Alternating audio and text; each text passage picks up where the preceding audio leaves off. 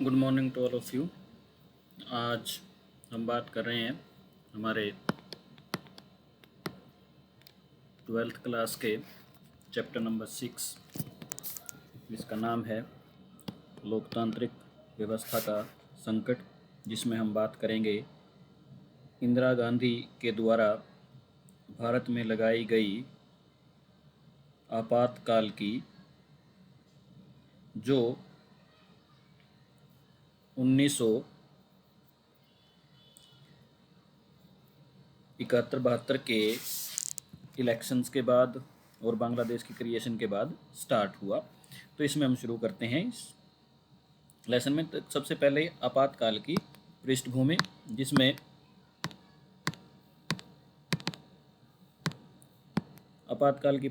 जिसमें हम बात करते हैं कि आपातकाल लगने से पहले क्या क्या सिचुएशंस इंडिया में पैदा हुई कि बात आपातकाल लगाने तक पहुंची।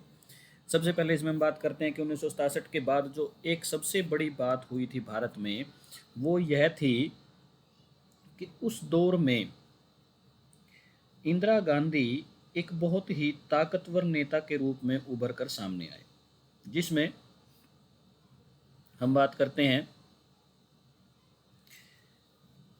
लाल बहादुर शास्त्री जी और पंडित जवाहरलाल नेहरू जी की मृत्यु के बाद कांग्रेस में जो एक नेतृत्वहीनता का दौर था वो समाप्त हो गया था, और भारतीय राजनीति में पहली बार कोई महिला नेता इतनी ताकत के साथ उभर कर आई थी कि उसकी लोकप्रियता भी उस वक्त अपने चरम पे थी, जिसका नाम हम इंदिरा गांधी लेते हैं। वहाँ उस दौर में लोग यह भी कहते थे कि इंदिरा इज़ इंडिया और इंडिया इज़ इंदिरा। इसका मतलब इंदिरा गांधी के नाम से ही इंडिया की पहचान शुरू हो गई थी। आज हम कह सकते हैं जिस प्रकार से नरेंद्र मोदी जी की लोकप्रियता दुनिया में है भारत के साथ साथ, उस वक्त इंदिरा गांधी की लोकप्रियता इतनी थी कि लोग इंडिया को उनके नाम से जानते थे। अब आपातकाल की सबसे पहले हम बात करते हैं राजनीतिक पृष्ठभूमि की। इंदिरा गांधी की लोकप्रियता व मजबूत नेतृत्व की वजह से कई बार न्यायपालिका और सरकार के बीच भी टकराव पैदा हुए, जिसके कारण कांग्रेस पार्टी ने उस वक्त जो कांग्रेस पार्टी सत्ता में थी, जिसकी अगुवाई इंदिरा गांधी कर रही थी, न्यायपालिका को यथास्थितिवादी संस्था का मतलब यह होता है कि भाई जो इंदिरा गांधी है वो कांग्रेस को ये कहती थी कि इंदिरा गांधी जो है वो न्यायपालिका को ये कहती थी कि न्यायपालिका चाहती है स्थिति इस तरह की बनी रहे, देश में कोई बड़े बदलाव, कोई कल्याणकारी कार्यक्रम शुरू न हो। और इंदिरा गांधी ने कहा कि जो न्यायपालिका है वह जन कल्याण के कार्यों में या गरीबों की भलाई के कार्यों को करने में रोड़ा अटका रही है। और इसी बीच न्यायपालिका और इंदिरा गांधी के बीच आपसी टकराव पैदा हो गया, जिसके बारे में हम यहाँ बात करते हैं। उसके बाद बात आ जाती है आर्थिक संदर्भ की। तो आर्थिक संदर्भ की अगर हम बात करें तो 1971 के आम चुनाव में गरीबी हटाओ का नारा दिया, जो केवल और केवल एक नारा बन के रह गया था।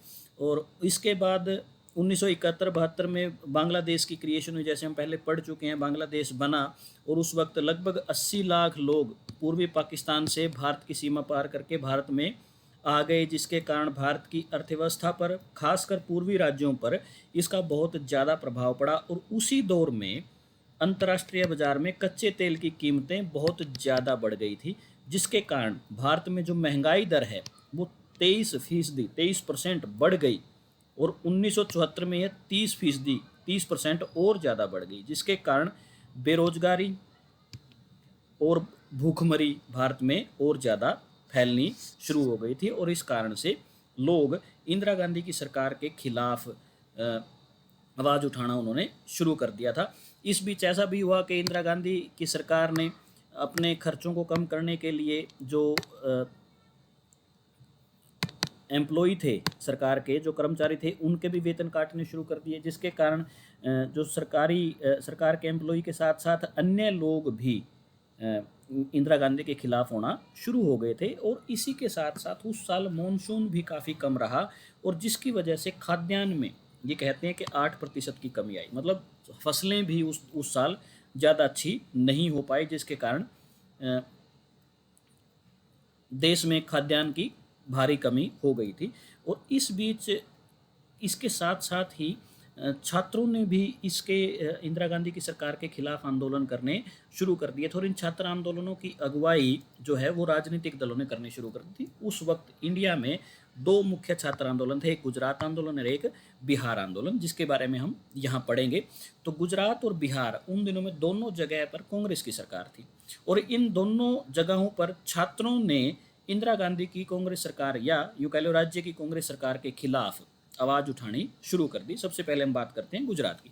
तो गुजरात में 1974 के जनवरी माह में छात्रों ने खाद्यान्न, खाद्य तेल और अन्य आवश्यक वस्तुओं की बढ़ती हुई कीमतों और तथा उच्च पदों पर भ्रष्टाचार के खिलाफ आंदोलन छेड़ दिया। छात्र आंदोलनों में बड़ी राजनीतिक पार्टियां भी शरीक हो गई, जिसके कारण इस आंदोलन का रूप राजनीतिक हो गया। ऐसे में जब यह आंदोलन और ज़्यादा बढ़ गया तो इंदिरा गांधी की सरकार ने, जो उस समय केंद्र में शासन कर रही थी, गुजरात में राष्ट्रपति शासन लागू कर दिया। और उस वक्त जो विपक्षी दल थे उन्होंने कहा कि गुजरात में दोबारा इलेक्शन करवाए जाएं ताकि गुजरात की जनता को एक अपनी नई सरकार मिल पाए। तो मोरारजी देसाई एक नाम यहाँ आता है। मोरारजी देसाई जो पुराने समय से ही इंदिरा गांधी के विपक्षी थे, इंदिरा गांधी के पक्ष में नहीं थी, वो उनके विपक्षी थे। तो उन्होंने कहा कि जब तक केंद्र सरकार गुजरात में नए चुनाव नहीं करवाएगी तब तक मैं अनिश्चितकालीन भूख हड़ताल पर चला जाऊंगा। और मोरारजी देसाई को अन्य नेताओं का भी समर्थन मिला, और इस प्रकार से मोरारजी देसाई के अनिश्चितकालीन भूख हड़ताल और छात्र आंदोलन के दबाव में 1975 में विधानसभा के चुनाव हुए, जिसमें कांग्रेस की हार हुई। यह एक बड़ा कारण था आपातकाल लगाने के पीछे। दूसरा मुख्य कारण आ जाता है बिहार आंदोलन। बिहार आंदोलन जो है ये 1974, वो बात थी जनवरी की, यहाँ बात आ जाती है 1974 के मार्च की। उन्हीं कारणों से बढ़ती हुई कीमतें, खाद्यान्न के अभाव, बेरोजगारी और भ्रष्टाचार, वही कारण है। बिहार में भी छात्रों ने आंदोलन शुरू कर दिया, और इस आंदोलन की अगुवाई के लिए हमारे एक प्रसिद्ध नेता थे जयप्रकाश नारायण, जिनको जेपी भी कहते हैं। उनको बुलावा भेजा गया कि आप, छात्रों के द्वारा जयप्रकाश नारायण को बुलावा भेजा गया कि आप आएँ और हमारे आंदोलन की अगुवाई करें। जयप्रकाश नारायण ने उनके इस बुलावे को, इस निमंत्रण को स्वीकार कर लिया, लेकिन एक शर्त रखी कि आपका आंदोलन अहिंसक होगा, इसमें हिंसा नहीं होनी चाहिए, और अगर यह आपका यह आंदोलन अहिंसक नहीं होगा तो मैं इस आंदोलन को छोड़ दूंगा। इस प्रकार से बिहार में भी जो छात्र आंदोलन था उसने राजनीतिक रूप ले लिया, और इस आंदोलन को जयप्रकाश नारायण ने संपूर्ण क्रांति का भी नाम दिया कि यह एक क्रांति है, पूरी क्रांति है। देश में कांग्रेस की सरकार या ये जो भ्रष्टाचार, बेरोजगारी, भूखमरी, इसके खिलाफ यह पूर्ण क्रांति है, और इसका साथ अन्य राजनीतिक दलों ने भी दिया। तो इसके साथ साथ जयप्रकाश नारायण एक बहुत ही प्रभावी व्यक्तित्व के व्यक्ति थे, जिन्होंने देश की राजनीति में काफ़ी अहम योगदान दिया। उनके कहने पर, उनके आह्वान पर एक राष्ट्रव्यापी रेल हड़ताल का आह्वान किया गया, जिससे देश की सरकार पर और ज़्यादा दबाव बढ़ा। अगर रेलवे का नेटवर्क बंद हो जाएगा तो देश में रोज़मर्रा के कामकाज ठप हो जाएंगे। इसलिए भी सरकार डर गई थी जयप्रकाश नारायण से, और उनके खिलाफ कारण बना के इमरजेंसी लगानी पड़ी। और 1975 में जयप्रकाश नारायण ने उससे जस्ट पहले, इमरजेंसी लगने से जस्ट पहले, जयप्रकाश नारायण ने संसद मार्च के नाम से एक यात्रा निकाली, रैली की, जिसका नेतृत्व जयप्रकाश नारायण कर रहे थे। और इसमें भारतीय जनसंघ, भारतीय लोकदल, सोशलिस्ट पार्टी और अन्य गैर कांग्रेसी पार्टियां भी शामिल थी।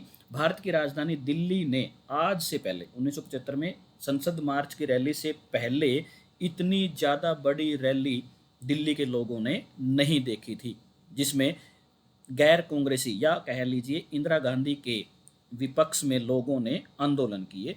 और यह आंदोलन, दोनों आंदोलन इतने ज़्यादा कामयाब हुए कि इंदिरा गांधी ने कहना शुरू कर दिया था कि यह मेरी सरकार के खिलाफ नहीं बल्कि मेरे खुद व्यक्तिगत विरोध में ये सब कार्यक्रम जयप्रकाश नारायण या अन्य लोगों के द्वारा किए जा रहे हैं।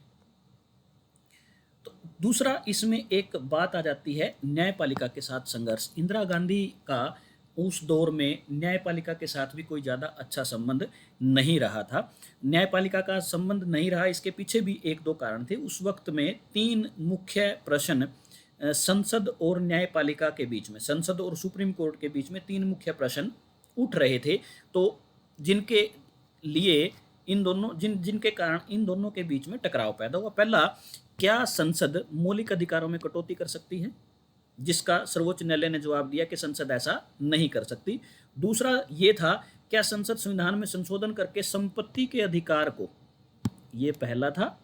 ये दूसरा, क्या संविधान में संशोधन करके संपत्ति के अधिकार में काट छाट कर सकती है। इस मामले पर सर्वोच्च न्यायालय का यही कहना था कि सरकार संविधान में संशोधन नहीं कर सकती, इस आधार पे कि लोगों के मौलिक अधिकार कम हो जाएं। और तीसरा, क्या संसद संविधान में संशोधन करते हुए राज्य के नीति निर्देशक सिद्धांतों को प्रभावी बनाने के लिए मौलिक अधिकारों में कटौती कर सकती है, मौलिक अधिकारों को कम कर सकती है। तो इस पर न्यायपालिका ने कहा कि सरकार ऐसा या संसद ऐसा बिल्कुल भी नहीं कर सकती, और सरकार और न्यायपालिका के बीच टकराव जो था वो और ज़्यादा बढ़ गया। अब इन दोनों के एपिसोड्स के बाद इस टकराव के बीच में 1973 में भारत के मुख्य न्यायाधीश का पद खाली हो गया, जिसको भरना था। और भरने की प्रक्रिया क्या थी कि सभी न्यायाधीशों में जो सबसे सीनियर, जो सबसे वरिष्ठ न्यायाधीश है, उसको मुख्य न्यायाधीश आज तक बनाया जाता था। परंतु इंदिरा गांधी की सरकार ने इस परिपाटी को चेंज करते हुए जो नंबर 1 पर था, 2 पर था, 3 पर था, 4 पर था, जो नंबर 1 पर जज है उसको मुख्य न्यायाधीश बनाना चाहिए था। लेकिन इंदिरा गांधी ने क्या किया, इसको भी काट दिया, इसको भी काट दिया, इसको भी काट दिया, और इस आदमी को मुख्य न्यायाधीश नियुक्त कर दिया। इन पहले 3 आदमियों की वरिष्ठता को नजरअंदाज करते हुए चौथे आदमी को मुख्य न्यायाधीश बना दिया, जिनका नाम था न्यायमूर्ति A.N. रे, जो उन दिनों में विवाद का एक मुख्य कारण बना, क्योंकि जो न्यायाधीश नंबर 1 पर था वो मुख्य न्यायाधीश बनना चाहिए था। लेकिन इंदिरा गांधी की सरकार ने इस सब को दरकिनार करते हुए नंबर 4 पे जो न्यायमूर्ति थे A.N. रे, उनको मुख्य न्यायाधीश नियुक्त कर दिया। यहाँ पर सरकार और न्यायपालिका के बीच में बहुत ज़्यादा खटास के संबंध पैदा हो गए थे। अब बात आ जाती है आपातकाल की घोषणा।